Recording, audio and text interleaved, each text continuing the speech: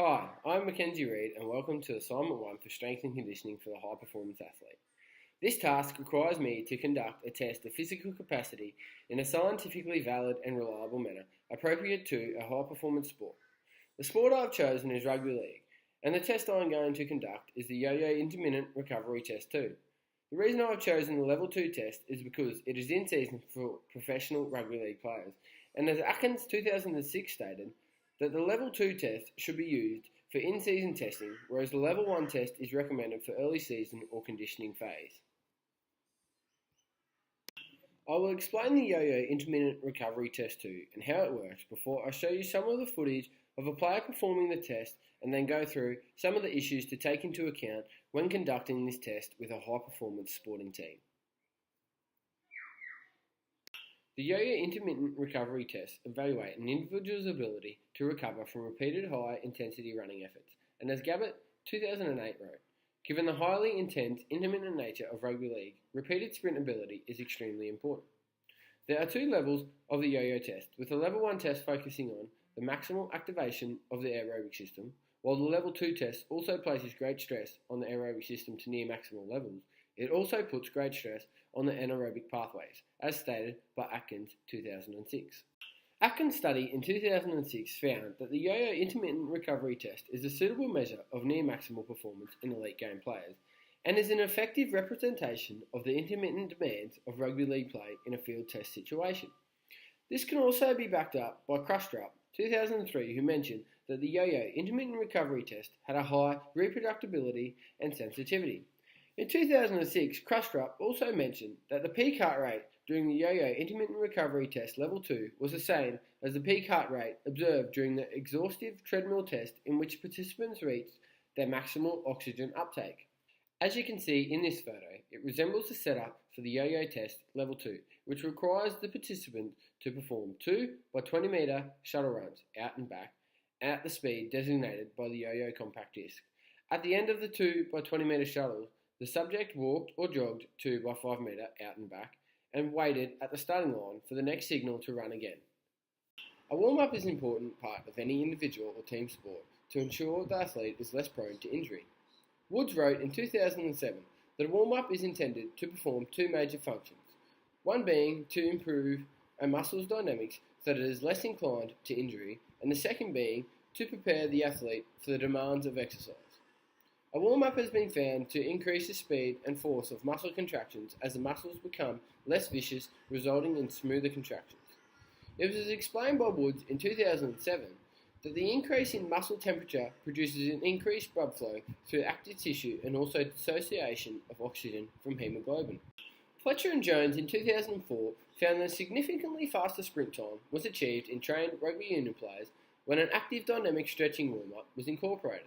But as Woods stated in 2007, the warm-up protocol should also be tailored to the needs of the individual as well as the activity. Therefore, the warm-up for this test included a light jog for 50 metres to gain a light increase in muscle temperature, followed by 10 metres of each exercise. The exercises were a lunge with a twist, sumo squats, knee to chest, straight leg scoops, A skips, B skips, karaoke on both sides, high knees and butt kicks.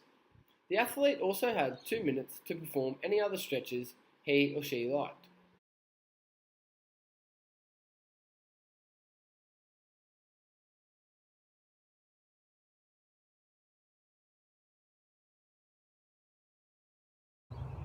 The test begins in 5 seconds.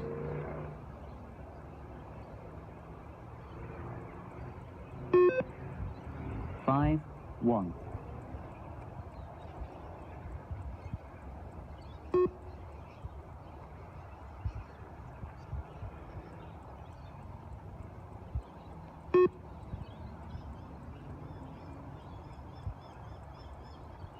Change to speed 9. 9, 1.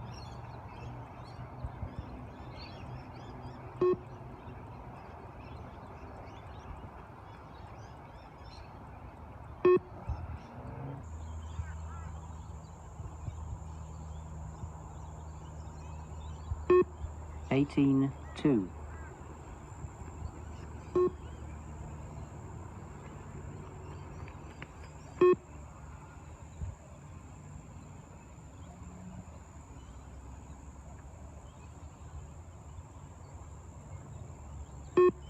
18.3.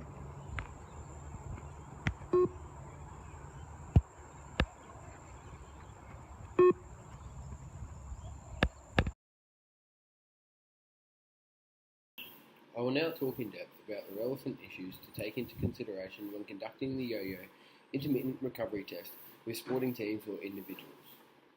In 2006, Crushtrup stated that when the participant failed to reach the finishing line in time twice, the distance covered and score was recorded. As you can see in the previous video, the participant's second failed attempt to reach the line in time was on level 18.2. Therefore, this is their final score. As I've spoken about earlier, there are two levels to the yo-yo intermittent recovery test, and that is for a very good reason. As Atkins wrote in 2006, that rugby league is a collision sport where players require a combination of aerobic and anaerobic energy systems. Also in 2006, Thomas stated that the level 1 yo-yo test could be used in low-level team sport athletes to assess aerobic fitness and the ability to repeatedly perform high-intensity running, whereas the level 2 could be used to test well-trained and elite team sport athletes for their aerobic and anaerobic energy systems, which is why I use the level 2 test on a professional rugby league player. When conducting this test, you need to take into consideration the population you are going to be testing so that you can use the appropriate test. This leads into how often that the test should be performed on a sporting team throughout the pre-season and season. Atkins stated in 2006 that the level 1 test is recommended for early season or conditioning phase such as pre-season, and the level 2 test is advocated for in-season and after a central overload has occurred. Therefore, using this test too much throughout the season will mean you won't see the changes you're expecting to see. Crushtrup wrote in 2002 that the yo-yo test can be used to examine seasonal changes in the physical capacity of athletes in intermittent sports. I would recommend using the test once at the start of pre-season and once at the end, and then another time throughout the season after an overload has occurred. Using the test more than this could affect the results you record in a way that the players aren't performing to their maximal capacity throughout the test. Another consideration to take into account is using a viable alternative. Studies have been undertaken to determine whether or not other tests can be performed to replace the yo-yo test but still receive the same results. In 2006, Atkins quoted that a continuous test modality such as the 20-metre shuttle run does not provide a suitable replication of game dynamics, whereas a yo-yo intermittent recovery test can be considered a more suitable method of assessing performance for rugby league players. Therefore, if you can perform the 20-metre shuttle run test, you should be able to perform the yo-yo intermittent recovery test as well.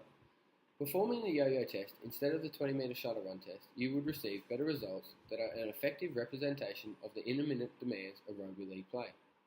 Whilst you can calculate a participant's VO2 max from the yo-yo intermittent recovery test, two studies, such as Karakoke in 2012 and Crushtrup in 2006, only found a moderate correlation between the two. However, Karakoke and Bangsborough stated that the prediction of VO2 max from the yo-yo intermittent recovery test 2 results may not be accurate. Thank you for viewing this video on the yo-yo intermittent recovery test 2, and I hope you are now ready to conduct the test with your very own professional sporting team.